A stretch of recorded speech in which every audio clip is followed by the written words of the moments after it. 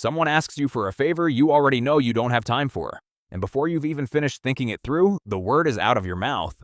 Sure, no problem. You didn't decide that.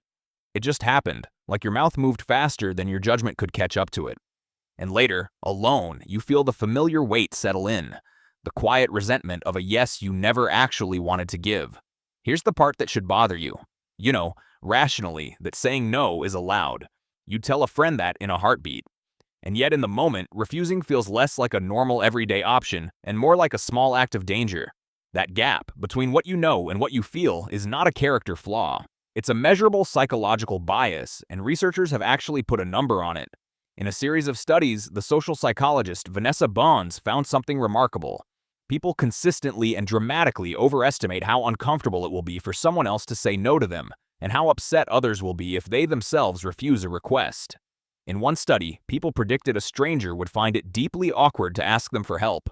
The actual strangers barely registered it as a big deal. We are, it turns out, walking around with a badly miscalibrated instrument for measuring the social cost of refusal. It reads every no as far more dangerous than it actually is. So why does your instrument specifically read so high? This is where it gets personal. Psychologists have a name for a personality pattern where your sense of self-worth becomes almost entirely dependent on being liked, needed, and approved of by others. It's called sociotropy, a term from the psychologist Beck.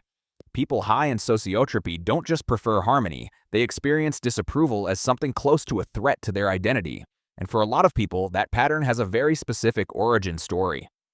Children who are praised over and over for being easy, for being helpful, for never causing problems, learn an early lesson that sticks. Love and attention are conditional on compliance. Saying yes wasn't just good behavior. It was how you stayed safe and stayed loved in a house where saying no might have cost you something. And once that pattern is installed, it doesn't just sit quietly in childhood.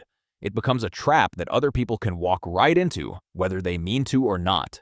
Decades of research on compliance, going back to the classic work of Robert Cialdini, shows that once you agree to one small request, you become dramatically more likely to agree to a bigger one. Every yes recruits you into a kind of identity. You're now the person who helps, and refusing the next request doesn't just feel like declining a favor. It feels like betraying who you've already proven yourself to be. The chronic yes-sayer isn't weak-willed. They're standing at the far end of a long chain of small agreements, each one making the next refusal feel more costly than the last. And here's the price nobody mentions up front. Saying yes to avoid one uncomfortable moment doesn't make the discomfort disappear. It just moves it and compounds it. The research on chronic overcommitment is blunt about this.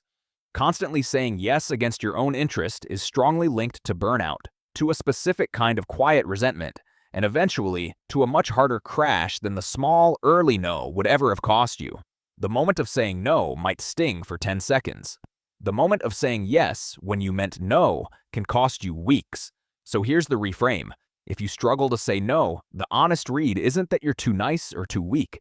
It's that somewhere along the way, you built an extremely sensitive alarm system for disapproval, and that system has been getting the math wrong for years, treating every refusal like it costs far more than it does. The data says otherwise. Most people, most of the time, handle your no better than you think, faster than you think, and with far less damage to how they see you than the fear inside your own head is currently predicting. You don't owe every request a yes. You never did. The cost you've been avoiding was never as large as it felt, and the cost of avoiding it, quietly for years, was almost always larger.